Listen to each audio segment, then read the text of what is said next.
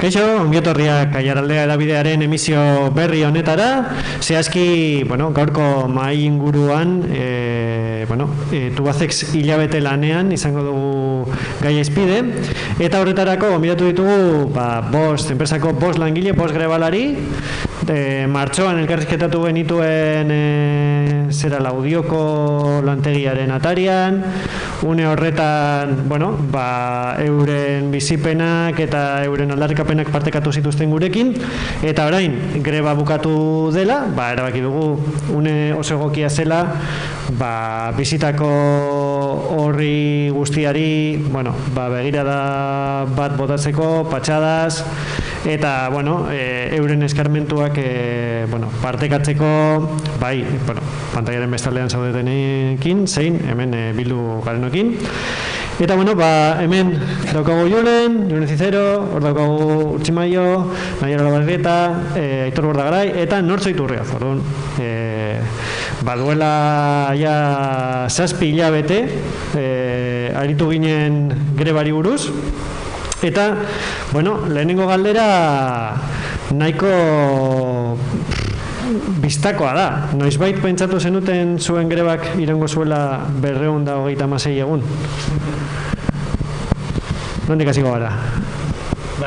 Egia zen zuek lehenengo elkarrizketa egin zenutenean, uste dut 40. eguna zela, eta ez dakit noiz izan zen, kaleratuen zerrenda atera zutenean, uste dut, eta ja egun asko iruditu zitzaizkigun.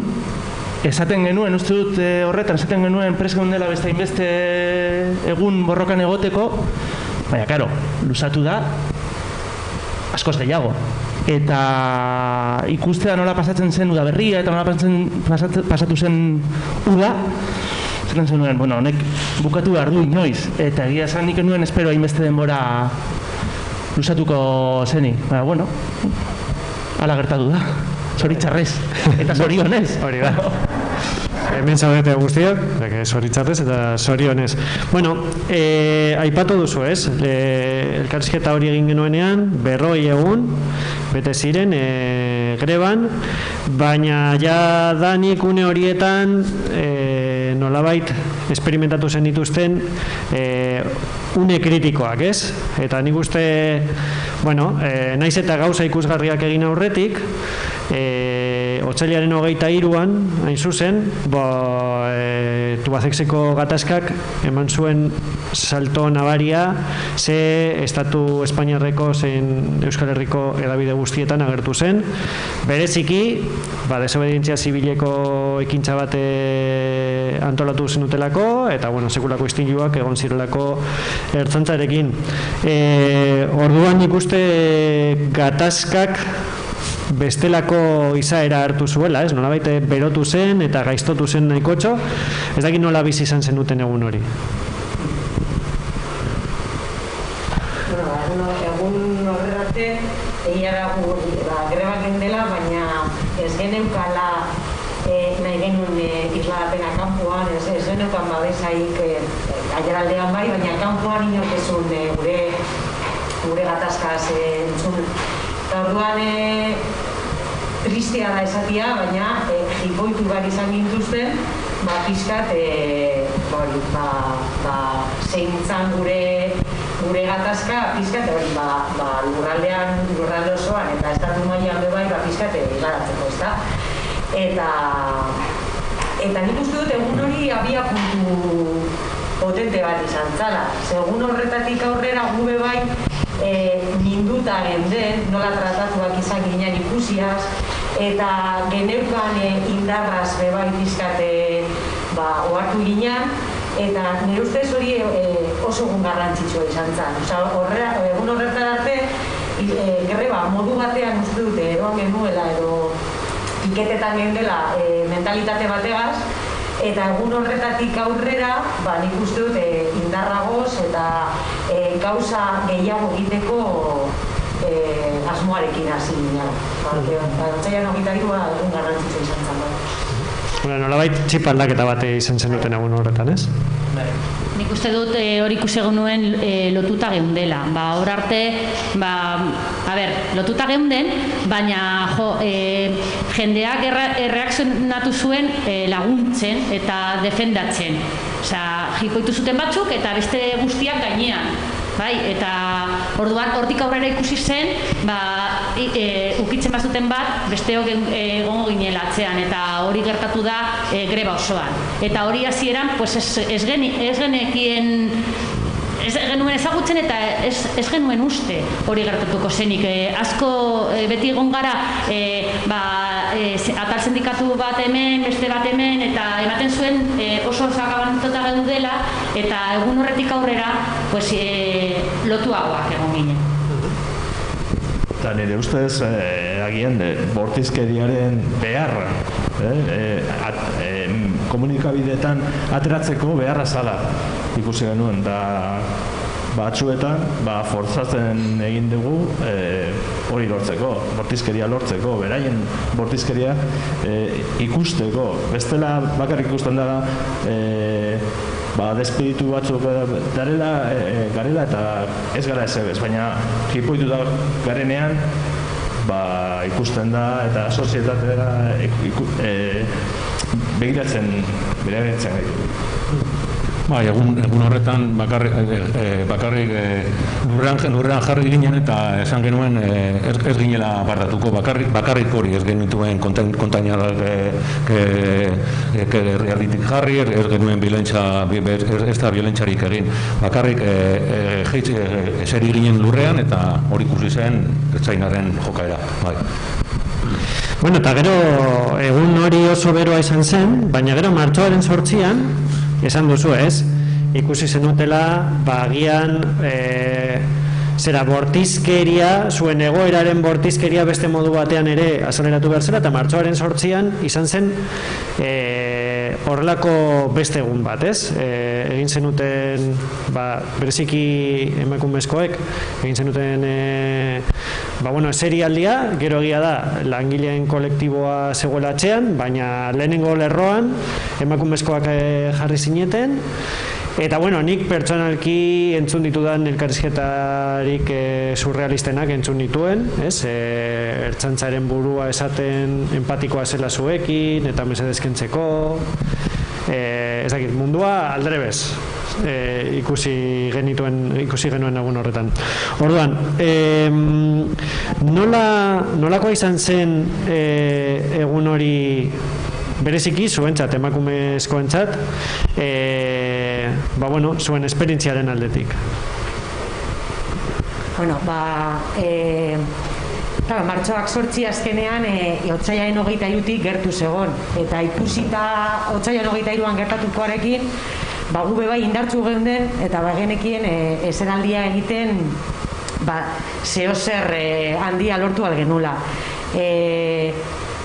Egun aproposa zan gainera hori, emakumearen eguna izan da, emakumeak pizkat pausu bat aurrera egitea beste lankideon artean, eta orduan erabaki genuen eseraldia egitea, egia da, aiaraldeko mugimendu feministan babesa bebai izan genula, eta emakume asko gerturatu zala bebai guri babesa matera, eta eskertzekoa da. Eta nik uste dute egun horretan argi eta garbi geneukala ez ginela altzatuko. Ze irabazteko aukera handia geneuzkan bi aldetatik. Bata gertatu zana, autobusa buelta mantxula lehenengo aldiz errebasi genunatik, eta hori guretzat bebai, hori motivazioa izan zen. Oso, eta orduan pozik geunden, eta beste aldetik bortizkeria erabili beharre, bortizkeriarekin hasiko balira, azkenean esala izan, bebai oso potentea izango zan irudia, ezta?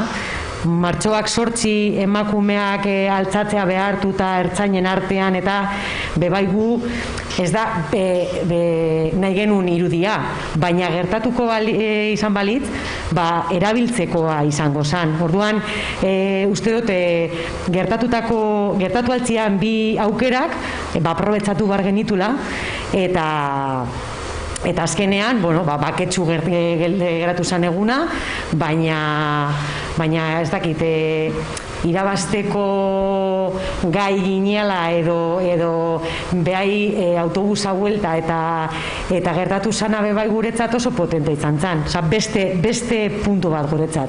Orduan, martxoak 8 oso egun polita izan zan, eta gainera hori, emakume gitxi gara lantegian, baina naiz eta gitxi izan, aurrera pauso egin genuen. Osa, egun polita izan zan, bai. Zaki nortzu zuk nola gogoratzen duzun egun hori? Niretzako flipanteena izan zen, ertzainek momentu batean esan zuten, altzatzen ez bazarete, izuna jarriko dizuete. Eta hasi ginen begiratzen bata besteari, eta esaten duela, altzatuko gaituztela eta 600 euro bakoitzak. Eta hasi ginen begiratzen, eta guztia, 600 euro nola zoaz. Baina esan genuen, venga, aurrera, 600 euro. Eta tipoari esan genien, bueno, pues ez gara mugituko, ez dugu ez ere egingo, altzatzen gaituzue, lasai egingo dugu, baina gure kabuz ez dugu egingo. Eta beraiek flipatuta geratu ziren, esan zuten, klaro, egun honetan, neskak hori altzatu behar eta izuna jarri guztiei eta holan, eta nik hor ikusi, uste dut hor izan zela momentua. Esan zuten, pues ezin dugu egin, eta irabazi genuen. Bueno, egun horretan erakutsi zenuten ez, zenituztela karta batzuk, eta jokatzen zenekitela. Lehen ere aipatu duzue, horrelako garaipenek sustatu zutela ekintza gehiago egitea, ez? Eta adibidez, antolatu duzue erresistentzia kutxa, egin zenuten egutegia, egin dira ere jaiegunak, egin dira gauza asko. Nola antolatu zineten hori guztia gauzatzeko? Ematen zuen, ez? Ez dakit, 11 soviet zeudela hemen, bakoitza bere kabuz, baina, gauzak ateratzen ziren eta ondo gainera. Ez dakit nola ikusi zenuten zuek antolakuntza hori. Ez zegoen antolakuntzarik. Azkenean bakoitza berea esaten zuen, eta beste guztiak danok babesa ematea, eta badakigu zurea hona da, egulena bere, baita danon ideia hona zan, eta danok geuden batzeko eta matzeko, piketaren indarra piketean zegoela, jendearen artean zegoela, ez? Eta gure artean, oso garrantzitsua da piketera joatea. Ze piketera joaten zena, batu egiten zen piketeroekin.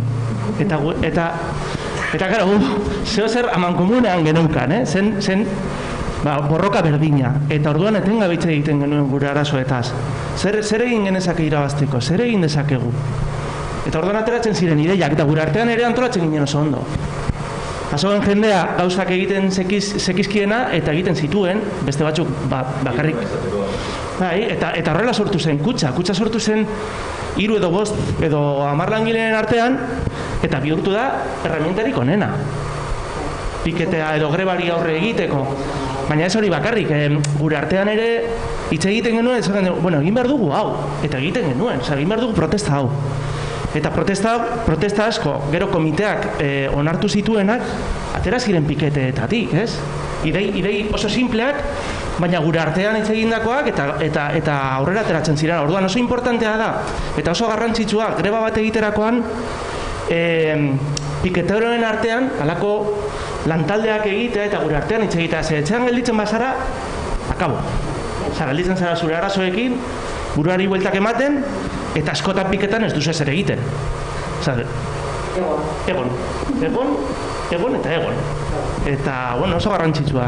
Eta horrela ateratzen dira gauzak. Ez dakit Amurri nola lan egiten zuten? Bai, berdin. Nik uste dut ere gero arroparena, edo txapak, edo banderolak, gero joaten mugitu garenean piketetik,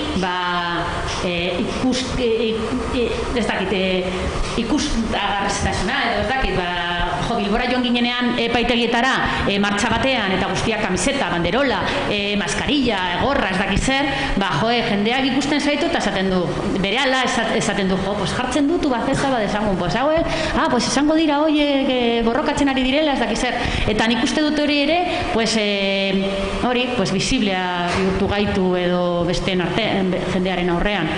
Eta gero adibidez banderarenak izan da pasada bat Amurrion, Laudion eta ikustea etxe guztiak, kotxe guztiak eta hori oso polita izan da, hori guretzako ere, pues ez dakite, indarra ematen dizu ikusten duzenean balkoi piloetan dagoela zure bandera, zure babesa emateko edo. Azkenean greba oso luzea izan da eta guk ikusi genuen oso garrantzitsua zela giro ona izatea. Gure artean giro oso ona izan dugu eta horregatik hemen gaude. Eta mendi martxa sortu zen, batean, nola, mendi martxa ez? Gasteizera. Eta gero, Bilbora, eta nola jaitzi dezakegu horrela. Ez zegoen antolakuntzarik azkenean.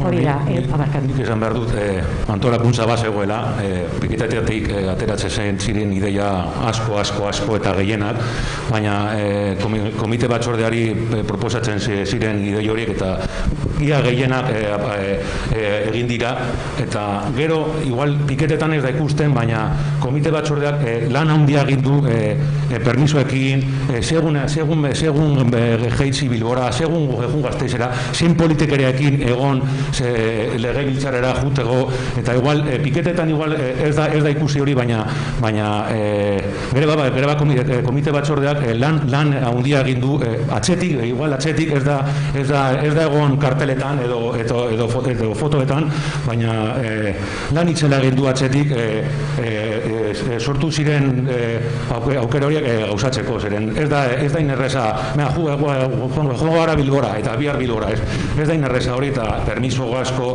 jende askorekin egin behar duzu, itxegin behar duzu, sindikatu asko geunden hor tartean ere, eta sindikatua guztiak ez bau zauden ados ezin da zer egin zeren batasuna behar da hau egiteko, eta nik esan behar dut antolakuntza asko zegoela. Beharrezkoa batzordea hor atzean izatea eta buruan, eta nabaritu da, ez dakite, uztailean eta agostuan ez zuen ez egin eta nabaritu genuen, horrela ezinezkoa zen. Eta berreskuratu zuenean burujabetza edo nabaritu zen. Batzordea oso garrantzitsua da. Eta geratzen baldin bada etxean, kito, akabo, hori nabaritu zen. Gauza bat da piketetan ateratzen den ideiak edo gure artean antolatu ditzazkegun ekintzak, baina egia da zenbait edo gauza askotarako batzordearen babesa behar dugula. Beraiek eskatu behar dituzte baimenak eta beraiek egin behar dituzte gauza hainbat, gu langile moduan edo grebalari arrunt moduan ezin ditugunak. Orduan egia da, proposatu diren ekintza gehienak batzordearen babesa izan dugula eta aurrera egin dugula. Bai, hori inongo arazo bai. Nik uste hori interesgarria dela, eskarmentu hori, nolabait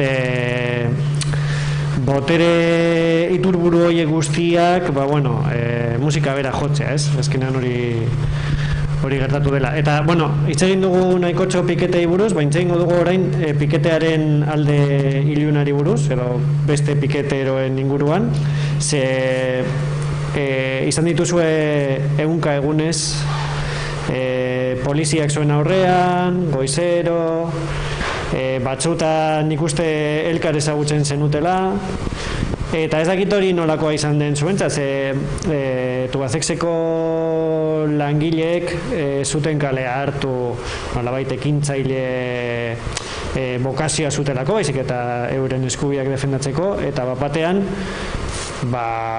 sistemaren alderik ez dakite bortitzena izan zenuten aurrean, ez dakit nolakoa izan den elkarbizitza hori poliziarekin, ze egunero egoten zineten elkarrekin, eta egunero zenuten harremana, ez dakit ze harreman mota den hori, baina harremana zenuten. Ez dakit nola, bueno, azkenengo egunetan, badibidez, Jurenen kasua ikusi genuen, identifikatu zintuztela, eztabaidatzeagatik eurekin, eta bueno, ikusi ditugu. Putu uniforme esan nuen. Bueno. Uste dut putu uniforme esan nuela. Milaka elde ikusi du bideoa, segatik identifikatu ninduten pentsatzeko, eta putu uniforme esan nuen, un traje a la corona, edo delito de odio, ez dakit zer esan duten, baina hori da, baina hori egin nuen, holako itzaliak izaten genituen egunero, hori zen egunerkoa. Ezen egun horretan, atera zen bideo bat, eta hortikan buelta asko eman ditu, baina uste dute egunerekoa dela zera itzaldi horiek, eta beraien konportamendua. Zakit zuen kasuan, guztiek, bueno, ikusten duzuna horrela, gutxi gora bera. Harremana izan da, ez dakit. Egun bakoitza ezberdina izan da, aste batean, lehenengo asteetan adibidez, etorri ziren, etortzen ziren egunero negoziatzeko asmoarekin, autobusa geldituko dugula, minutu batez edo kotxea geldituko direla, eta ez dakiz eta gero hurrengo astean, etorri ziren, enkabronatuta, haien legea esarriz, eta urrengoan, orduan, kajatu ginen, urrengoan etorri ziren, negoziatuko dugu, zue jarri hor, zinta bat jarriko dugu, ez diraterako polizia, ez diraterako beltzak, orduan izan da apur bat, egunaren arabera. Eta nik uste dut, haien harremana gurekin txarra zela. Guk ez geneukan inorak arazorik haiekin, gure arazoa zen, autobusan sartuta zauden hoiekin. Haiek etortzen ziren, eta gehienetan etortzen ziren provokatzera, ez dakit horra. Bai, azkenean guk egin ditugun ekintza guztiak egon dira zuzenduta autobusaren sarrera pizkat ekiritzera. Eta depende igual, egun bakoitzan egin dugunaren arabera, bai egia da, hori Amurrion gehien bat, egin ditugula barrikadaden bat edo lan, eta igual goizean etorri dira, eta ikusi dutenean igual zutea eta hori dana, eta bueno, egondako zirko mediatiko hori, gero arratzaldean igual bueltatu dira, jipoitzeko gogokin, goizean ezin izan dutelako adibidez, ez?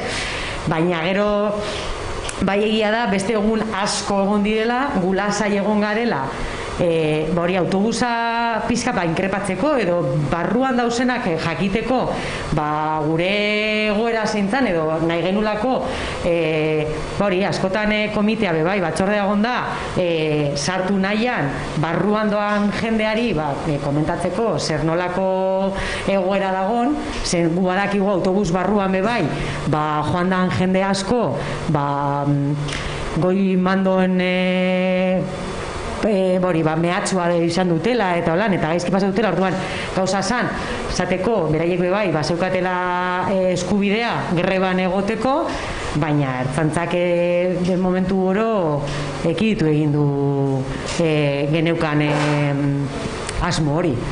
Orduan, ia 8 hilabete egunero ertzantza etortzen,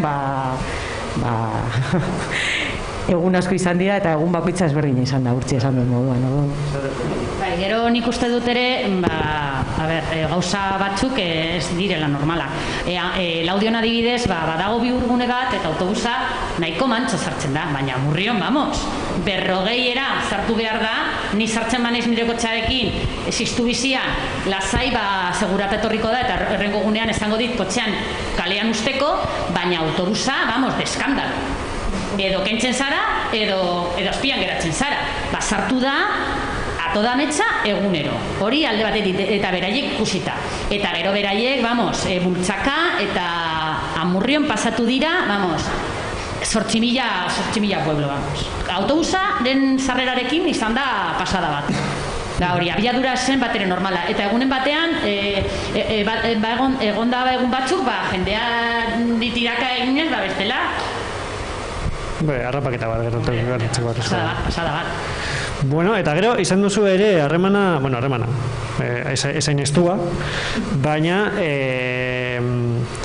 askotan gertatzen ez dena, edo behintzate ohituta gaude, epaitegiak dirudunen alde kokatzeko, baina zuen kasuan, gutxienez, lehenengo epaiei dagokienez, lortu zenuten kaleratzeak bertan bera ustea, eta hori dudarik gabe izan zen sekulako bultzada zuen borrokan. Hala ere zuek aurreko elkarrizketa horretan esan zenuten legearen eraginez edo grebaren eraginez sartuko gara guztiok. Hala ere nola bizi izan zenuten epaileen babesa izateak? Nik uste dut, egun horretan izan zen egun oso garrantzitsua, gure helburua ez zen, eta gutxienez nire kasuan ez neukan pentsatuta ospatzea, horrekin ez genuelako ezer lortzen, ideia zen bueltatzea, eta oso argi geneukan hori zen lehenengo pausu bat, lantegia ez zen hortan geratuko. Oso argi geneukan, Madrilara joko zutela. Orduan, horrekin ez genuela ezer irabazten, genekien. Baina, naiz eta pentsamendu hori izan da, izan genuenean albistea, esan genuen joder, baina izke irabazi dugu. Ezke epaitegiak esan dute, gu daukagu arrazoia, eta orduan esan genuen hau ospatu egin behar dela, eta gutxienez, bide honetik goaz, naiz eta hau ez da bukatu. Eta, bueno, oso indar handia eman zigun gutxienez, hori, pentsatzen arrazoia geneukala. Nik uste dut piketetako egun horietako egunik aleiena izan zela. Egunerik juten zeinerean piketera nahi zamurrela eta laudiora guztian negarrez, posik, egunek aleiena izan zen bario. Bai, eguna berez nik uste dut garrantzitsua zela, oso garrantzitsua irabaztea, ematen zizulako hori, ez? Zure teoriaren arrazoia, Bai, hombre, geneukan bide paralelo bat zen, geneukan porterietan sortzen zen borroka hori, eta guk uste nuen horrek bidaliko gintuela barrura berriz, eta zegoen beste paralelo bat zela epaitegiak esaten zuena. Eta orduan, epaitegiak ere gure alde jo zuenean, orduan izan zen lasaitasun puntu, nire txako gutxienez, lasaitasun puntu bat, hostia, eske gainera, arrazoia izateaz aparte, epaiek gure alde egiten dute. Daukazu arrazoi gehiago. Eta orduan, da bikoitza. Bi bide paralelo horiek, zure alde egiten dute, orduan. Niretzako izan zen lasaitasun puntu bat, eta, jarraitu beharko dugu, nortxok esan duen moduan, genekien Madrila joko zutela, jarraitu beharko dugu, baina badakigu gure helburua gero ez eta horbiago zaduela. Orduan, oso garrantzitsua eta lasaitasuna ematen zigula, niretzako gutxienez, argi zegoen. Inoiz pasatu behar esena, pentsatzen zuen genuen pasatu behar esena, epaiak arraizoia ematea, pasatu zen. Orduan, gu bagenekien arrazoia genuela, baina sei epaiek arrazoia eman ziguten ere. Orduan, nik behintzat justizen ez dut asko pentsatzen, asko sinesten, baina behintzat justiziak arrazoia eman gintuen. Eta horregatik esaten dut egun oso alaia izan zelako, noizki jarraitu behar genuela genekien, baina egun hori izan zen oso alaia bai. Gainera aukera polita eman ziguten, gure soldatak, gure lankidekin banatzea aukera esan dugu, eta nire ustez garrantzitsua da izan da, ona etortzeko edo gure ona hau lortzeko. Bai, gogoratu behar da hori ez, printzipioz kaleratzeak bertan bera geratu zirenez, kobratzen hasi behar zineten, eta diru hori bideratu zenuten erresistentzia kutsara. Uneren batean, zuen borrokak lortu zuen nik uste proiekzio nahikoa eta ospe nahikoa, Eta naiz eta zuek inoiz ez duzuen asmorik izan, nolabaiteko erreferente bilakatu zineten, ze esen bakarrik borroka bat eskualdean, baizik eta Euskal Herrian ere jarraitzen zen, eta Estatu Espainiarrean ere, batzuk edo askok erreparatzen zioten borrokari. Nolakoa izan da hori? Zen bezala ez dut uste inoiz horretan pentsatu zenuten. Nik uste dut hori lokatzen zaizula. Azken finean, gu hasi ginen, jakinda, ez jakinda,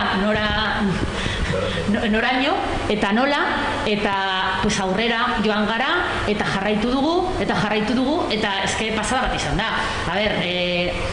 Zuk esaten badizute aterako zarela, eta egongo zarela 7 hilabete, 8 hilabete, esaten duzu ni de koña.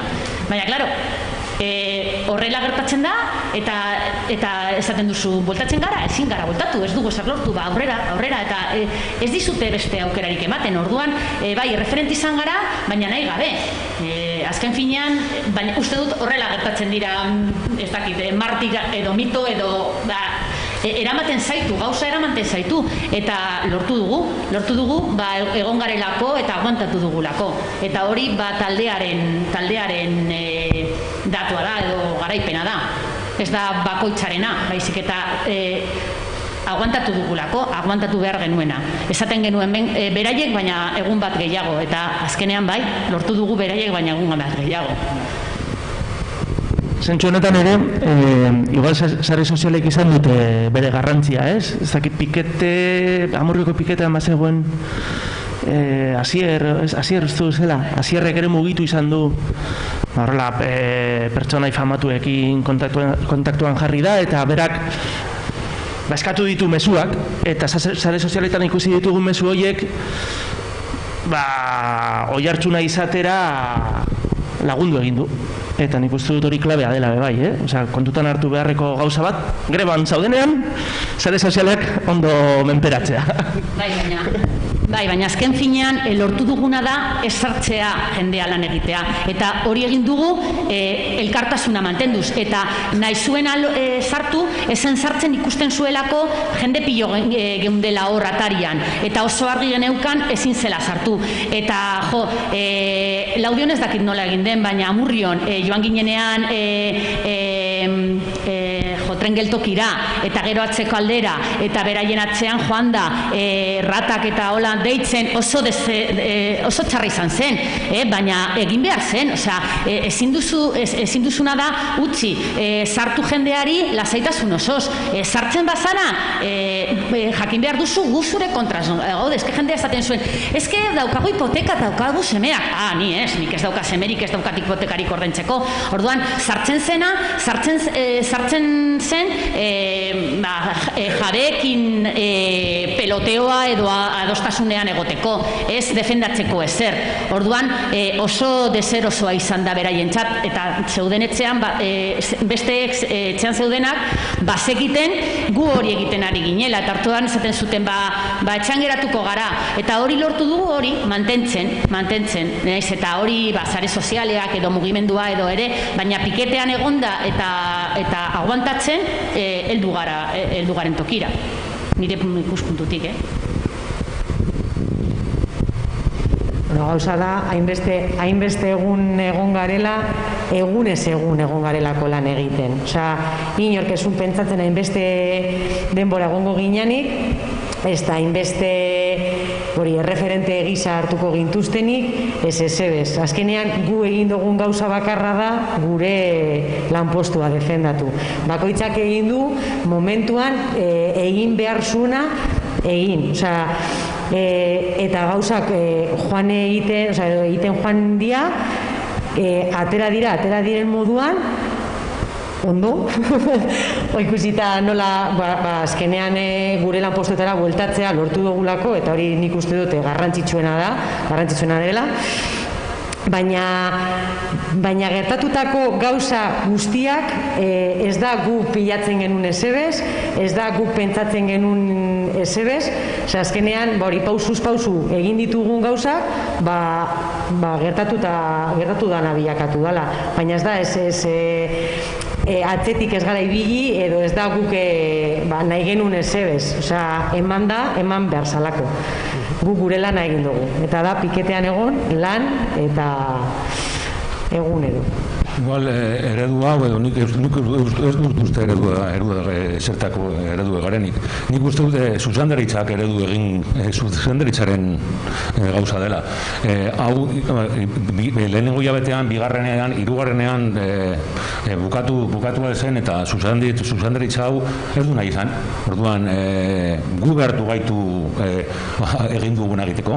Gure lana, gure egin dugu bakarrik, gure lana defendatu. Eta zuzendaritza honiek egin bortxatu gaitu hainbeste hilabetean beste gauza egiteko, zeren hau arazoa oso erraz zen bukatzeko, baina ez dute nahi izan. Bueno, eta gero hitz egiten dugu eta ematen du beti tentsio egon dela hor goian, baina egia esan da grebak izan ditu fase ezberdin, hasieran otsailaren 23, martxoaren 8, egin dituzue alako Via Crucisak, egin dituzue ekintza asko, baina hilabete askoz zuzendaritzak ez zion kasurik egin grebari ez ezerri. Gero egon zen lautada bat, ziren autobusak etortzen, ezen polizia etortzen, eta gero bapatean presioa edo argia edo arreta jarri zuten zuen gainean. Presioa pasa zen behintzat edabidetan, zuzendaritzaren gaine egotetik, zuen aurka egotera, Eta hor ikusi genuen sindikaturen batek, sindikaturen baten idazkariak esaten zuela, greba gelditu behar zela, eta, zirudien alde batetik langileen batasuna zalantzan jarri naizela. Baina bestetik, ematen zuen lehenengo aldiz zuzendaritza urduri zegoela, Ez dakit zuek nola bizi izan zenuten une hori, une benetan kritikoa izan zen, tentsio maila langileen artean ere ikuste tentsio horrek goia jo zuela, baina, gainditu zenuten, Nola izan zen hori? Galdera zaila, Niri adibidez oso decepcionantea iruditu zitzaidan Arantxa Tapiaren hitzak esaten zuenean gutxi gora bera konformatu behar genuenean. Eta nik ez dakit, agian oso utopikoa naiz edo, baina esaten dizu, emakume izan behar duzula mutilen beste aukera, eta semeak izatea oso kojonudoa dela mundu honetarako, eta zu ikusten duzu, zu ikusten zaitu bakarrik, 3 alabekin, eta la puta calle, eta esaten duzu, baina nola konformatu naiteke, non dago puntu hori, 20 urte hemen lan egiten, eta orain tiparraja honek esaten du, konformatu behar naiz, bestela lantegia pikutara joango dela. Presioan da dilla, txiko. Pena ematen dit, jende maja dagoela hor lan egiten, baina montu batean esaten duzu, tomar por saco. Zer esaten duzu, eta orduan, hori, nik uste dut, gure gainean jarri nahi zuten gauza bat irrealitatea zela. Azken finean, lantegi hau ez da inerreza iztea, momentu honetan gutxienez, ez daukatelako hemen daukatena beste inon, eta gauzak ez zijoazen hortik.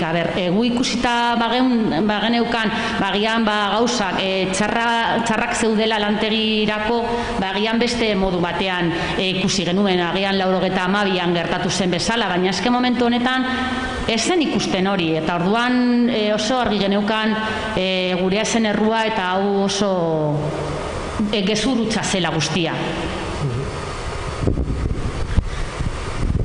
Gauza da, langileak gaizkile moduan ipinina izan gaituztela, gure grebarekin, nortzuk esan duen moduan, fabrika itxi nahi genula.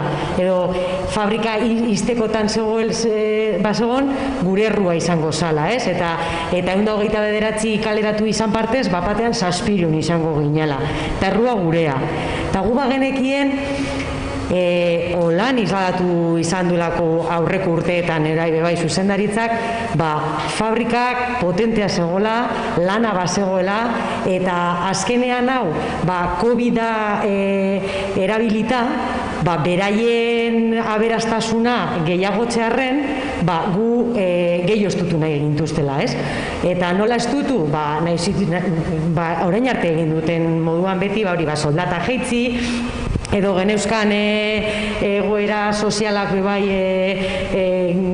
murriztu, eta dana. Egon dira urte askoz, zuzendaritza berria sartu zanetik, hori lortzen, edo hori lortzeko pausuak egiten.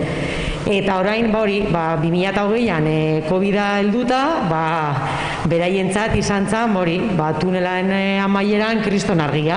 Eta esan zuten, erabili beharko dugu, nahi dugun egiteko, nahi dugun estrukturak eta berri egiteko, eta dana. Eta orduan, guk egin dugun gauza bakarra izan da, beraiek emandako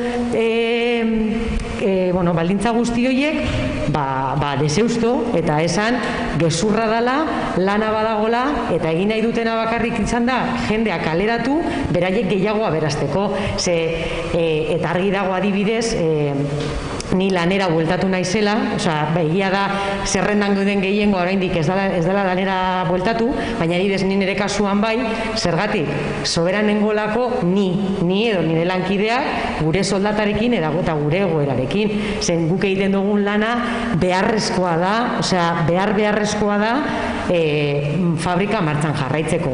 Eta nahi zutena zan, dana subkontratatu, soldata gitxiago ordaintzeko eta beste gauza batzuk ez emateko, adibidez, igual bajan egonda, subkontrata bat danean, subkontrata horrek ekarriko ditu beste langile batzuk lan berdin egitera, eta baja hori fabrikak ez dau jasango, ez? Orduan, beraiek nahi izan dutena momentu oro, izan da, beraien aberastasuna gehiagotzea guren bermarekin. Eta horregatik gure gainean ipini nahi izan dute errua, eta gu argi eta garbi geneukan, eta horretan kontzientzia lasai dekogula, guk borrokatu izan duguna arrazoi guztiz, eta ikusten dago bain. Sartu bezain pronto, lana dago, 4. hiruhilabetea aurrera eraman nahi dutela, eta zer nolako baldintzak nahi dizkiguten ipini. Orduan, fabrika itxi egin behar genuen horiek edo beldurra zeukaten horiei, esai ez da ezer esan behar. Argi dago, eta beraiek primeran isladatu dute, ez? Bueno, Arantza Tapia aipatu duzue, duela ez asko aipatu du zuek, zuek izan darete, ospetxarra eman diozuela Euskal Herriari, grebek eta gatazkek, nolabaiteko kaltea sortzen dutela herrialdearen ospean edo izenean, hori irakurtzean ze pentsatu zenuten? Nik ez dut gehiago espero Arantza Tapiaren partetik, badakit zer esango duen, baina bera bezalako politikari baten partetik espero nukeena izango litzateke halako partzialitate bat, ez?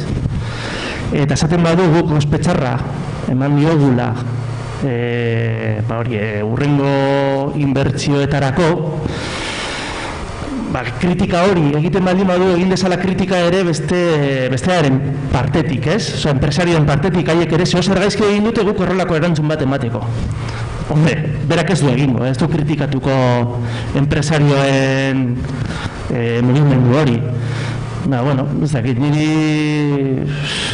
dakit nola baloratu, oso despektiboki baloratuko nuke bere hitzak. Baina, penagarri iruditzen zait hori, ez izatea kritika puntu bat enpresarioen artean, ez? Eta bakarrik erru guztia ematea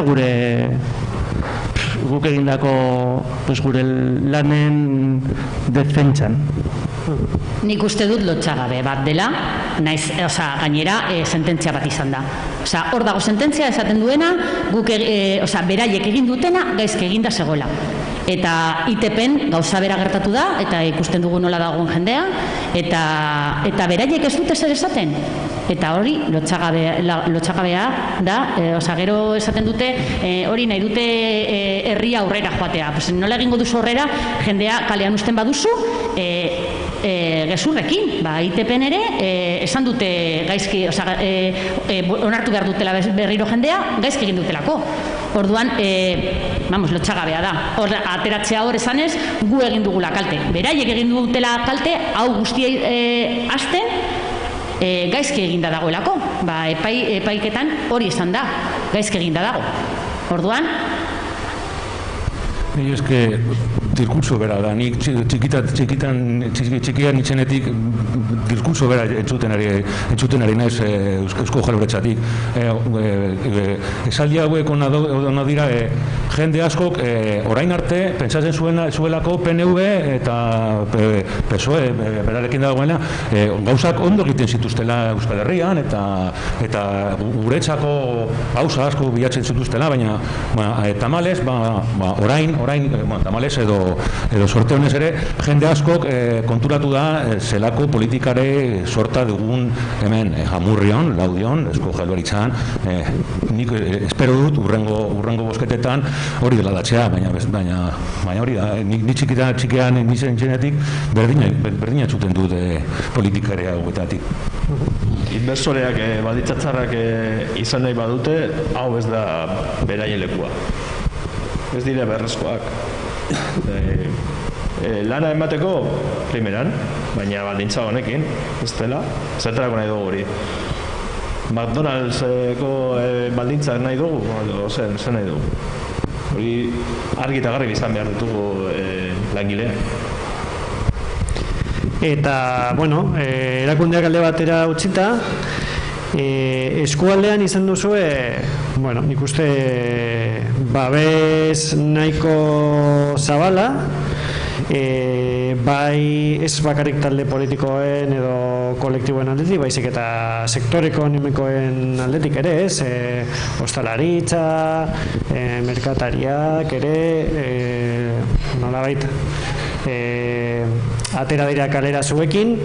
Zergatik uste duzu izan dela kasu honetan hain arrakastatsua babes hori? Tubacez edo tubos oso fabrika garrantzitsuak direlako eskualdean, eta bertan egiten dugulako lan, ez baldin bazara zu lanean zaudena, zure zenide bat izan daiteke, edo bestela alboan bizi dena, ezta?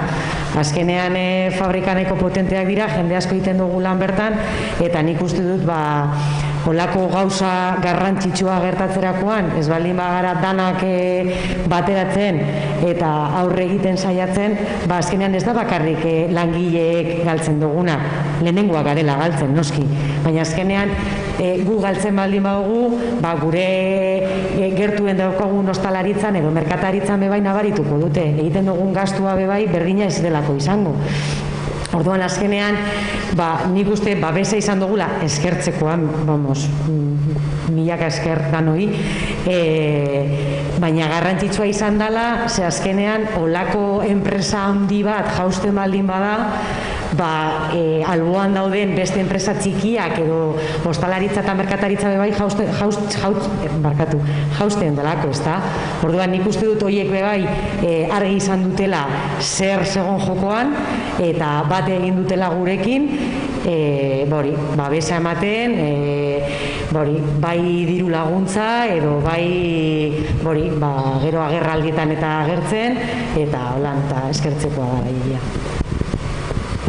Nik uste dut ere ikusi dugula, agian izango ginela lehenengoak, baina ez azkena. Esan nahi dut, Tubacexen lortu izan balira, agian, ez dakit non, ez dakit kual, ere lortuko zuten. Orduan hori ere arriskutsua zen beste lantegietarako.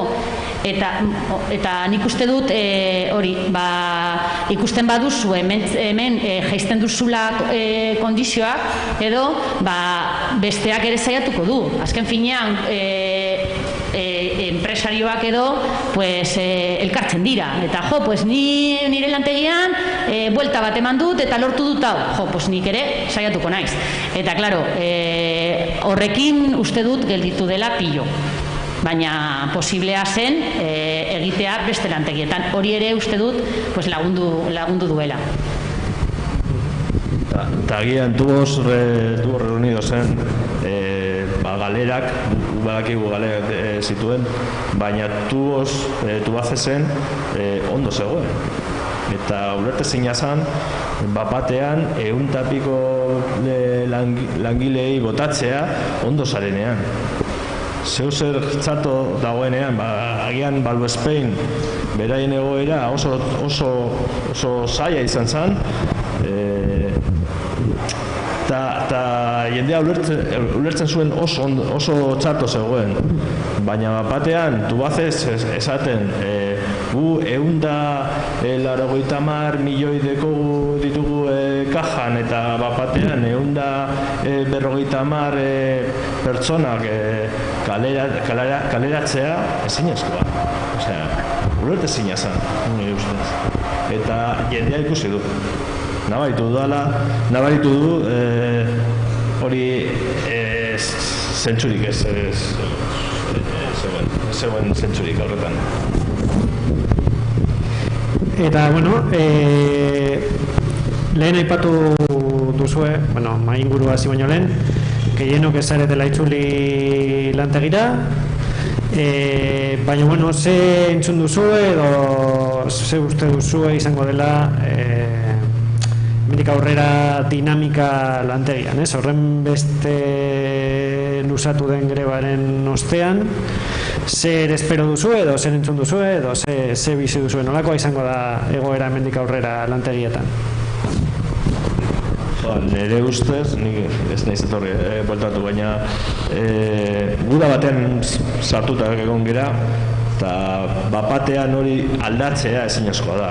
Orduan, denbora behar dugu, bueltatzera gure era. Ez dakit, orain tentsinoa da, hori badakigu, baina soa, ez dakit, denbora behar dugu. Hemen gauden guztion artean ni naizela bakarra bueltatu dela lanera, eta bai hasiera baten esan zigutela, beraiek nahi zutena egin, zerrendan gauden jendea, irailaren 11-etik azaroaren 30 bitartean, pizkanaka sartzen hastea lanean, ez? Eta orduan, genekizkien, zeudela horre 2-3 postu, lanpostu, lehenengotarikoak izango ginela, produzioa hasteko ezin beharrezkoak direlako.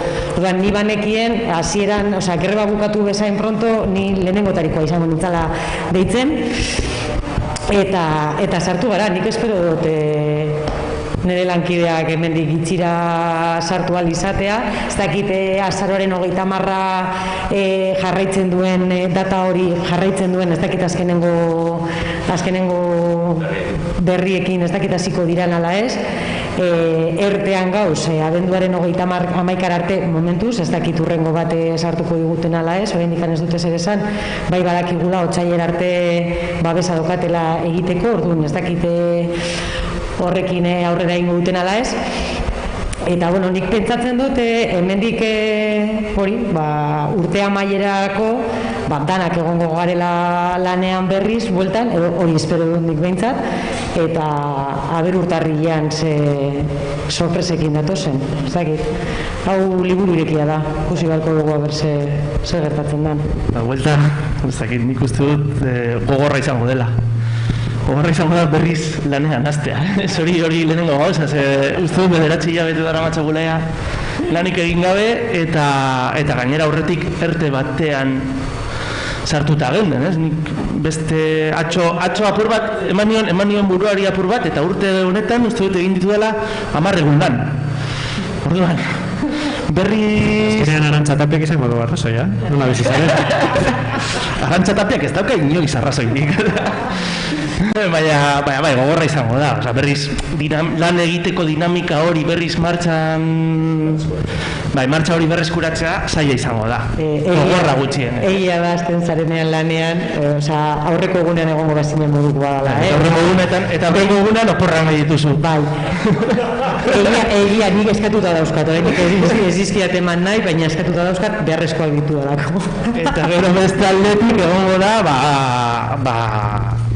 zure lankideekin berriz topo egiten duzunean, ondo, esango nuke, posik eta gustora elkartuko zarela piketeetan egondakoekin, baina, karo, beste partetik gurutzatu behar zara eta begiratu behar dituzu autobusan sartu zirenen pertsonekin, ez? Eta orduan, ez dakit harreman hori nolakoa izango den, Pertsonak? Bueno, pertsonak edo animali bustandun, belar luzedun. Hoiekin ez dakit nolako harremana izango dudanik, ez dakit. Espero dut, guda kanpoan izan da, eta lanean hasten garen momentutik guda hori, nik uste kanpoan utzi behar dela, baina jakinda non gauden eta norekin ze harreman daukagun segunetan norekin, ez? Orduan, hori ikusteko dago, ikusiko dugu. Nik oso argi daukat, nik ez dut lan egin 6 egun aurten, 6 egun horietatik ez dut lan izan bat edo 2 egun, joan naiz lantegira eta egon naiz 7 ordu begiratzen ez naukalako tutu bateke ere ikusteko. Orduan, espero dut bueltatzen naizenean lanarik ez ukitzea, ez dakit bidaliko didaten beste toki batean edo zer, eta bueno, nik enkargatuekin ez daukat arazorik kalean zeudelako, baina jefe de releborekin ez dut etxe egiten. Vamos, argi daukat, kriston arazoak izango ditu, gainera petardo pilo egon dira eta oso gaizki daukat belarriak. Orduan arazo pilo izango ditut. Hori oso argi daukat. Eta beste pertsona batzuk, nik oso bakarrik sentitzen naiz nire lanpostuan, bakarrik nagolako. Askotan esaten du gertatzen bada zerbait, me encuentran frita 2 egun pasata gero. Orduan, lankideak ez dut izango nire ondoan, baina badago pertsona batzuk gurutzatuko, rata batzuk gurutzatuko dudala, eta vamos, ez da kaizo. Hori oso argi. Eta, hori ikusiko dugu nola eramaten dugun, baina nik lana oso argi daukat nirea egiten ari direla beste pertsonak eta ez da egongo. Argi dagona da lantegi barruan dagoen giroa urtsik esan duen moduan. Piketean egon garenen artean izugarrizkoa da, oso ona. Eta gero besteekin, nik esaten da, ni lanera lan egitera noa. Beraz, lana hitz egin behar den bitartean ez da egongo inongo arazorik lan aurrera atera behar izango dugulako eta profesional garelako, baina hortik aurrera harreman pertsonalak edo aurretik egon zitezkeen beste elkarrizketa mota batzuk, otsailaren 10ean bukatu zian. Listo. Nik uste zaila izango dela, zuzendaritza hau ume txiki bat bezala jokatzen duelako, eta nik uste dut beraiak aldatzen ez badute, zaila izango dela, urtsik esan duen bezala markatuta gaude. Orduan, nik uste dut sartzen geranean gu gaina etorriko dira, eta nik uste dut zaila izango dela, baina egin behar dugu egunero, lan egin eta esperantzaz edo pentsatzen zuzendaritza hau pizkat aldatzea eta zentzuzki jokatzea eta lanean pentsatzea bakarrik eta ez maltzurkerietan egunero. Eta nolabait baitegietan bidetatzen ari da egungo egoera, atzo aurkeztu zen dokumentazioa, legalki homologatzen ari da akordioa, baina berez lan gatazka bukatu bada ere gatazka ez da guztiz amaitu. Besteak beste, 7 salatu egon ziren greban, 4 atxilotu, gehi beste 3 pertsona zeinak gerora salatuak izan zirenak. Ez dakit planteamenduren bat duzuen horri aurre egiteko, ez dakit resistentzia kutsak jarraituko duen, edo, bueno, momentuz inpas batean zaudeten, dena oso berria delako, ez dakit horri buruz pentsatu duzuen. Ez dakit, resistentzia kutsatik egingo duguna da isunak ordaintzea, hori akordioa lortu dugu, eta hori egingo dugu. Hortik aurrera, ez dakit. Ez dakiko, horrenik. Pausuz, greba osoan zer egon garen moduan, pausuz, gauza gertatzen edo bari, datozen moduan, ikusiko dugu nola aurrera egiten ditugun. Baina bai, isunen ataran, bai egin dugula berba resistentzia kutzan, ez dakite sindikatuek zeo zer egingo duten ala ez horrekin, baina bestela resistentzia kutzatik besa emango zaiela, hori bai erabaki dugula, ze isuna jaso dutena edo salatuta daudenak batzuk izan dira, baina edo norri izan gintezken. Beraz, guztion arazoa dela uste dugu, eta guztion artean egingo dugu aurre, bai, hori da bintzatu gain arte pentsatu duguna, bai. Bai, duela 10 minutu egon gera pertson eta 3.000 isunak zituen, biak, bai, 6.000 euro hor, jago dire. Azteko 6.000 euro, ez? Bai, eta hori, duela 2 edo 3 hilabete ondoren, bitu. Bueno, eta apur bat amaitzeko, ez dakit gero publikoak galderaren bat duen, espero dugu oso maltzurrak ez izatea eta galdera atseginak egitea, balin eta nahi badute. Baina, bueno, hemen egin dugu grebaren zenbait puntuei buruz, baina zuek ondorio edo irakaspen bat atera berko zenute esperientzia honetatik zein izango litzateke. Zenut asko dituzuela, baina titularra. Nik adibidez, ez dakite pertsona batzuei aurpegia ikusi diegu, pentsaten zenuen pertsona bat horrelakoa zela eta guztiz kontrakoa, gero oso positiboa egin ditugun lagunak, azken finean bakoitzak bere lantokian dago eta batzutan zure lanpostuan eta beste jendearekin iaia ez daukazu kontaktua eta lagun oso onak egin ditugu eta oso pertsona bereziak ezagutu eta hori, orduan bere gauza positiboak izan ditu. Hori nik aterako nukena eta gero ere jakitea lortu daitekela eta hori ere garrantzitsua. Bai, azkenean pasa dugu, zaila izan da, gogorra izan da, horri ezin diogu uko egin, baina bai beti positibona atera nahi dugula, ez? Eta nortzuk esan duen moduan, gure artean egindako erlazioak oso garrantzitsuak dira. Eta gero bai, aurrerantzean beste lanpostutan edo beste lantegietan edo beste edozein lekutan greba egin behar izango dutenei esango nieke aurrera egitea, grebak merezi duela, grebak oso bide gogorra da eta gauzak borrokatzen lortzen direla. Osea, borroka barik gu borrokatu ez bagenu, nik uste dut oain gu bostak ez ginaketela fabrikan bueltatzen, egongo ginateke igual gorenaren sentetzian zai, osea, edonor, edozein zalantza izan ezkero, aurrera, grebak asko merezi du. Antolakotu behar zarela, behar garela gure defendatzeko. Antolatuta ez bazaude ez duzu zer egiten. Potereak arma asko ditu eta gu mierda bat gara munduan eta ez bazara antolatzen ez duzula ez egiten. Hori, borrokatu behar dela zuk uste duzunaren ona denaren alde, edo zurea denaren alde, eta batez ere antolatu behar garela, ez? Eta antolatzea eta batasun horrek eramaten gaituela garaipenera. Eta ja kanpotik elkartasuna baldin badaukazu horrek ematen dizu beste plus bat.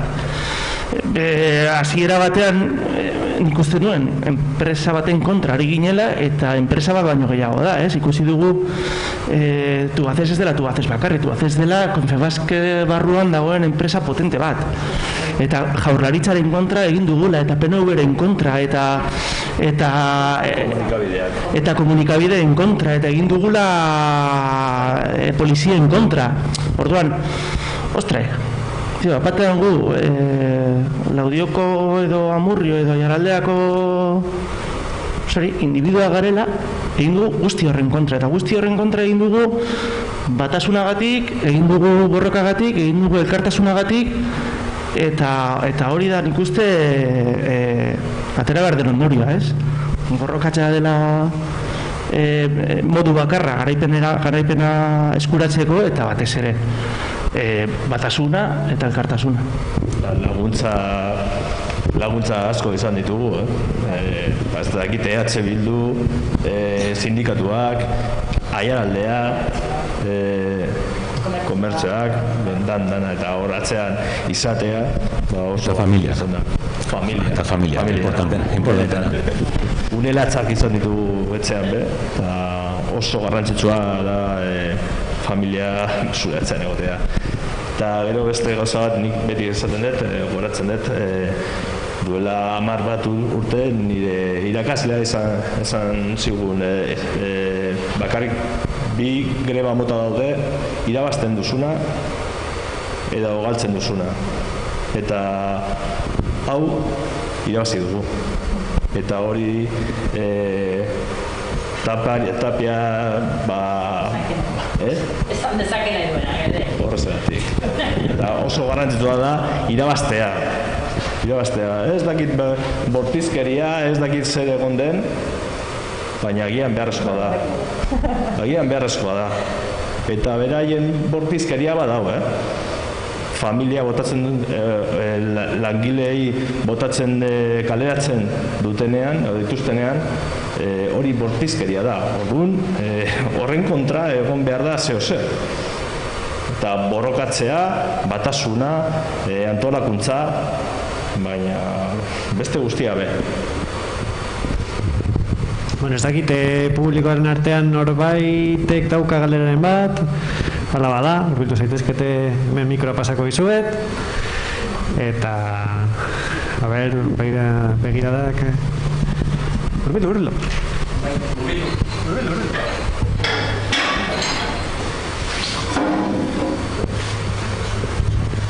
Josu, galera zure esku.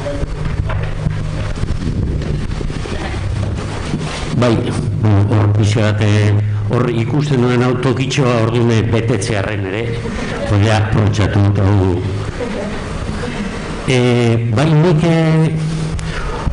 nire iritzi hor botako dute, azkenean, esperientziatik, nik hor lehenengokoa ikusten dute nola aiteko bai garaipena eta bai esperientzia nola baite irabazi dugula, bai herri langile bezala denpora honetan nola baite berriro ez dakite egunen segun hilabete nola berriro gure langile kontzientzia nola baite gure burmuinetara gure pertsonara ekarri dugula eta kolektibo. Orduan nik uste dut momentu honetan badakagula Aiaraldean bai herri bezala sortu dugula edo aurretik nik esango nuke ere bazegoela nik sentitu dut aurretik ere guk probetxua atera diogula ja bere denporan sortu zen greba batzordea, gero baita ere emakumeen borrokak aurretik ere bazeto zen, nik horretzen naiz ja horre greba berez feministak edo zeudela gero ere pentsiodunen borrokak ere, orduan ikuste dute pixka bat ere guri etorri zaigu, ja hasia hori, nola ja, bueno, pues gure onerako etorri dela, ez? Eta gero guztiok, bai bertoko, bueno, bai langileok, eta baitere zonaldeak sentitu dela, kapasa garela herri bezala ere nola baite guk herria eraikitzeko. Gero besteak sistema baditula bere babesak, azkenean, batzuk uniformedunak, beste batzuk politikara dedikatzen direnak, baina gu herri bezala eraiki behar dugula gure gorputz propioa. Gero nik ere sentitzen dut denbora honetan gu azkenean langio gure arrotasunerako zerbait handia eraiki dugula. Eta gero nik kontatu aldot hori, nik justu bueltakotik hor nagoela lanean eta egia esan asfaldiko partez nola baita esaterren disfrutatzen edo arrotasunez. Bai benetan, sentitu dute guk, ez dakite gure lan arropa edo dala, ez du edo gure gorputzak apur bat handitu dala. Baina bai benetan arro, nik sentitzearena nola bai gurutzatzearena, nik lan egiten dut azerian, eta hangoan gehienak esaterren ara bueltatu direla eta gure agurra holan ukabila altzauta dala. Eta gero aurrean autobusetan zijoazen hoiena egia esan nik uste buru makur daudela. Nigan abentzate batzuk alegindu dira hori agurra topatzen, baina suerte txarrez horre ez dute topatu.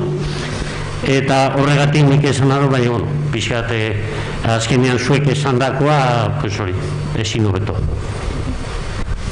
Eskerrik asko Josu, Josu izan dugu ere borrokaren lehenengo lerroan, eta berak ere, esperientzia ugari izango lituzke hemen aipatzeko. Norbaitek Josuren toki hartu nahi badu, badauka orain unea, eta bestela, bi segundo emango izkizuet. Dator Mikel. Zara jarri, nik galderatxo bat. Bizkat zaila. Zaila horreza da aldi berean ez dakit, batetik asko gustatu zait izan duzuna, garaipenarena, importanteena da azkenan dela irabaztea, ez askotan azpimarratzen dugu borrokaena, logikamente irabazteko borroka egin behar da, bestela ez dago irabazterik, ez da, baina askotan azpimarratzen dugu asko borroka, eta nik uste ere zentratu behar gara, borroka egitea ondo dago, baina borrokatzen dugu irabazteko, ez dugu borrokatzen galtzeko, eta orduan irabazten dugunean ere, esan behar dugu, eta irabazi dugu, eta hori da nahi genuena, ez? Baina, nire galdera da, hori zentxorra da, besterik ez, nire galdera zuentzat maila pertsonalean, ez da pizkate, ez dakit, zelan sentitzen zareten zuen, logikamente, egontzarete borrokan denbora pila bat, irabazi duzu zuen borroka hori, baina prozesu horretan behar bada igual ez zuek, baina segurazki zuen lankiden artean ikusi duzuen hori ez, igual jende askok lehenengo aldiz ikusi dituen gauza batzu, igual normalean bere bizitzan, ez dakit ez, poliziaren bortizkeria, edo ikusi du inguruko enpresetako jendearen egoera zein den, edo ikusi du, ez dakit ez, hainbat historia ez. Eta ez dakit, zuek ere, igual ere, azken batean borrokan zaudenean ikusten dituzu mila gauza, igual zure egunerokoan fijatzen ez arena, eta batean badago beti, ez dakit, esnatze bat bezala edo den alako, ez. Horain egia da, zuek, niri asko kezkatzen dit, biharamunak, ez. Argi dago, egon zaretenean hor, denak elkartuta, dena zen atope, ez dakiz ere, baina gero, irabazten da, urrengo, kasua da pixar grezia, baina urrengo goizeko 5:00 jotzen du iratzargailuak, berriro lanera itzuli behar dut, eta bigarren egunean ia aztu zait, berriro nago, inabik lehen aipatu zuna, ez? Oporrak eskatzeko egin, ez dakiz ere. Ez dakit, zer sentitzen duzuen barruan, ez? Hau guztia bizi ondoren nolabait sentitzen duzuen, jazta, irabazigu bukatu da zerbait, edo sentitzen duzuen, ez dakit, geratu zaizuen, ez dakit ulertzen jazuen, geratzen zaizuen hor zerbait gehiago, edo zuen inguruko jendearen gan, eren nabaritzen ote duzuen hor geratu dela zerbait, ez dakit zer geratu zaizuen barruan, edo ikusten duzu ez, behira nila, edo zuen lankiden artean, hau irabazi dugu, eta itxi da borroka hau, eta listo, jazta, eta hemendik aurrera ez dute zer jakin nahi, zertaz, ez? Zulen sentitzen duzuen zuek barrutik hori edo ez maila teorikoan, zuen sentimendua, benetako sentimendu hori, ez duen dai orain azta, ez importantena da, ez dakit, zuek zena sentitzen duzuen roi hori. Ez. Lertu da, Mikel, oso ondo azalduta. Nik uste dut grebaren zehar askotan esan dugu heldu gara grebara utzi diegulako askotan egiten nahi izan dutena direkzioari edo zuzendaritzari. Orduan, oso argi izan dugu, uste dut gehienok, bueltatzerakoan saiatuko dutela berriro eta jarraitu behar dugula borrokatzen eta berriro gertatu ez dadin adi egon behar gara eta mantendu izan behar dugu daukaguna eta errekuperatu galtzen duguna edo galdu egin dena. Orduan niretzako bukatu da greba, baina ez da bukatu borroka. Borrokatu egin behar da eta bizitza honetan gehienetan, arlo gehienetan borrokatu behar duzu jarraitzeko aurrera. Ez dago ezer eman da. Nahi baduzu zerbait, borrokatu egin behar duzu egunero. Así que hori uste dut. Bueno, nik uste dut greba honek ekarri duena, izan daiteke pertsonalki edo orokorrean bebai, nik uste dut zaudenean lanean edo zure bizitzadeko zurean aburgesatu itentzara pixkat, ezta? Eta beste hon arazoak zurekin ez doa zenez, zu etxean gaitzen zara lasai. Nik uste dut galdera hortik doala, ezta? Egia da, naiz eta injustizia asko daudela jakin, egia da 8 hilabete hauetan, kriston esnatu ingaela, askok, nik barne.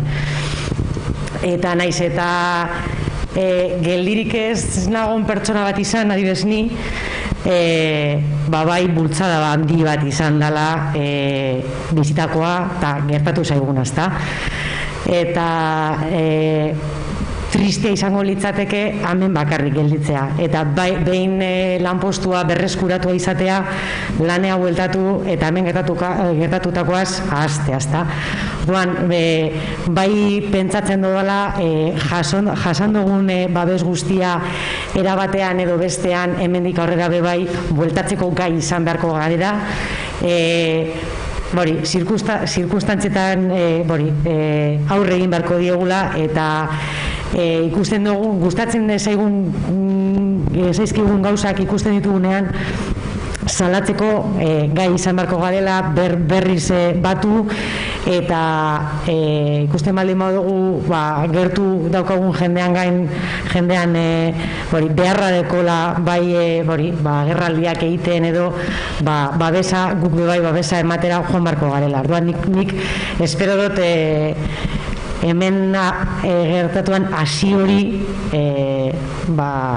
ez galtzea, ezta? Eta hemendik aurrera bai esna geundenak, esna jarraitzea eta gauza hauekin esnatu direnak edo esnatu garenak zeo zertarako izatea, ezta? Eta orduan ondo egongo litzateke aurrera egitea beste gauza edo beste arlo askotan. Nire ustez aldaketa bat izango da, gure kasuan oso klaruero izango da. Azkenean gure lanpostua izango ditugu borrokatzeagatik, bestela, ezinezkoa. Orduan gure kasuan oso klaruero.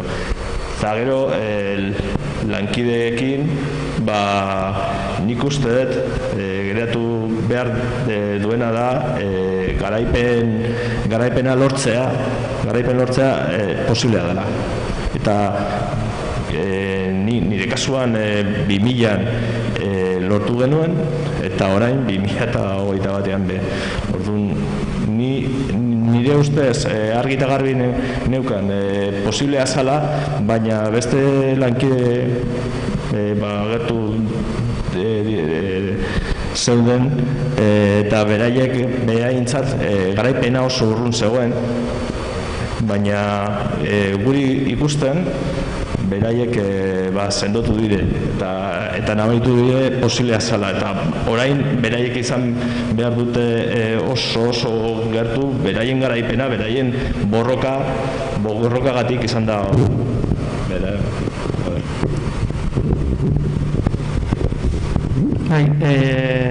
nik zentzu batean ere bat nator nahiarekin esaten duenean horrela zure gauza konpontzen dituzunean lasaitu egiten zarela, ez?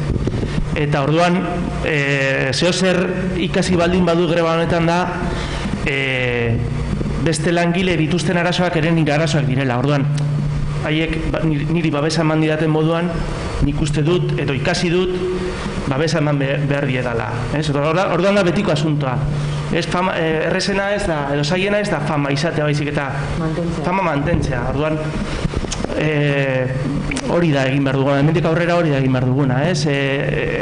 Empatizatu besteek dituzten arazoekin eta haiek dituzten lan gatazkekin bat egitea, ez? Eta elkartasuna adieraztea eta hori, nik uste dut horretan jarraitu beharko genukela, denok. Borroka ez da inoiz amaitzen, gatazka hau irabazi dugu, baina bizitzako borroka egunerakoa da eta ez da inoiz bukatzen. Nik honekin harrotasuna handia. Zeren egin duguna ondo eginda dago eta irabazi dugu. Orduan harro sentitzen nahi bai. Bueno, suposatzen dut inor gehiok ez duela galerarik egin, bai, bueno, hor zorioneko gara. A ber, ni zuekin hasi aurretik nik eskertu nahi dut, edo goraipatu nahi dut gatazko honetan zuek izan duzuen papera. Aiaraldeko sinestezinea, niretzat sinestezina da, Laudion bezalako herri batean, orain arte erdalduna zen herri batean, erabat, euskarauntzean egindako komunikabit izan duen eragina, izugarria. Zuek esan duen ezaki zuetariko nork esan duen komunikabide guztiak kontra izan dutela, argiki eta egia da, baina salbuespena aparte izan da, izugarrizko eragina. Nire ustez gatazka zen berdina izango, aiaraldeari gabe. Nik horrela ikusten dut. Hori alde batetik, hori zuena. Eta txalotzekoa da, Eta bestetik zuena izugarrizko garaipena, nik uste dut, ez dakit noiz konturatuko garen zer lortu duzuen, ze gainera nik zuek kaletik ikusten zitudanean, ikusten nuen oraindik langile klase izatearen arrotasuna, hor zuek lan arropa hortik kaletik joatearen hori, kaletik, ez dakit, izugarrizko garaipena. Nik uste dut hori, ez dakit, etzai handiak izan dituzue, guztiak etzai, Arantza guain, nik uste dute frustrazioan morroaren gandik hitz egiten duela esaten duenean eredu txarra izan zaretela, niretzate eredu izugarria zarete, baina justu kontrako aldetik niretzate zarete eredua Euskal Herrian. Eta horregatik nik uste dut berak esaten duela eredu txarra zaretela. Behaintzat eredu txarra zaretela, egia da, behaintzat txarra zarete. Nik uste dut eredu garriak izan zarete azuek, eta nik zerbait esatearen nik esango nuke, eta igual gehiegi eskatzea zuek hainbeste denbora hor burrukan eta nekaturik egongo zaretela igual, baina nik eskatuko nuke hau ospatu beharko zela. Publikoki, jai handi bat, noizbait, nolabait, horrelako garaipenak ospatu behar dira. Herriaren aurrean, elkarri eskerrak emateko, abiadan dago hori. Eski hori da, egin behar da. Horrelako garaipenak neguan txarto. Itxaron behar du eguraldean gorago. Bueno, hori zen dana. Eta zoriontzegoa, eskerrik asko. Nik alde horretatik gustatuko litzaidake batez ere pertsonalki, ni daukadan etxean gaztetxoak, eta batzutan ematen du ez zaiela ezer inporta edo nik nire etxean entzun dut, baina hori zure arazoa da, nola izango da nire arazoa nire lana galtzea, hori etxeko arazoa da, eta nik espero dut beraiek eredu bezala ikustea eta beraiek handitzen direnean pitintxo bat eta azten direnean lan egiten eta holan hau izatea beraren buruan naiz eta orain txikiak diren eta ez diren konturatzen espero dut hori ere beraientzako ere balio izana nik adibidez hasi ginenean ere asko gogoratzen nuen batez ere Bilboko euskalduna eta hori ni lehen Bilbon bizi nintzen eta Laudiokoa esen hain argi niretzako baina hori eta nire aita ere bota zuten eta nire aita egon zen greba egiten eta holan eta nik oso argi neukan nora ni joan etxean bizi nuelako nire garaian eta espero dut hori gaztetxoak hori ere ikustea institutoan adibidez nik nabaritu dut irakasleak esanez eta nortzuk daukate hemen gurasoak Tubacexeko arazoan ez dakize oso arrogun behar zarete ez dakik igual eta bueno hori ere gustatuko litzaidake geratzea eta hori beraiek izatea etorkizunean.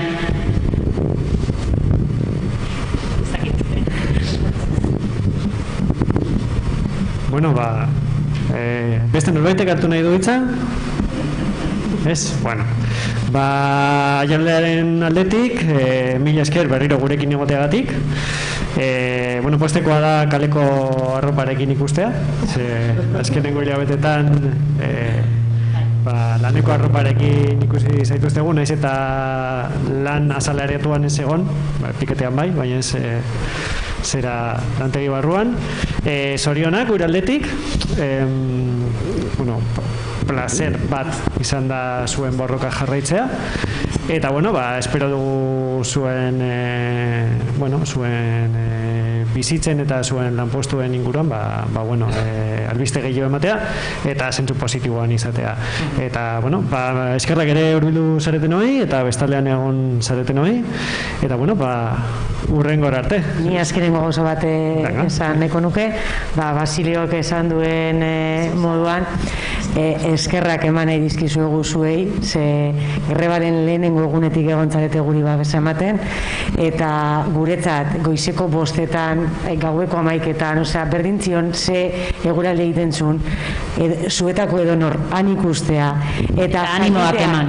Eta jakitea edabide baten behintzat benetan gertatzen sana isladatuko zala, hori guretzat bai oso arnasa izan da. Eta gainera hori, hasieratik mila esker.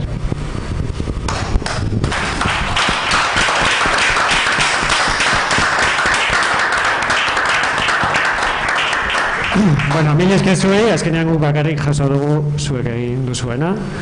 Eta zorionez garaipena bat garaipen baten berri eman izan dugu orduan, eskerrak zuei eta besterik gabe laster arte ziurrenik eta laster arte pantailan bestaldean dauden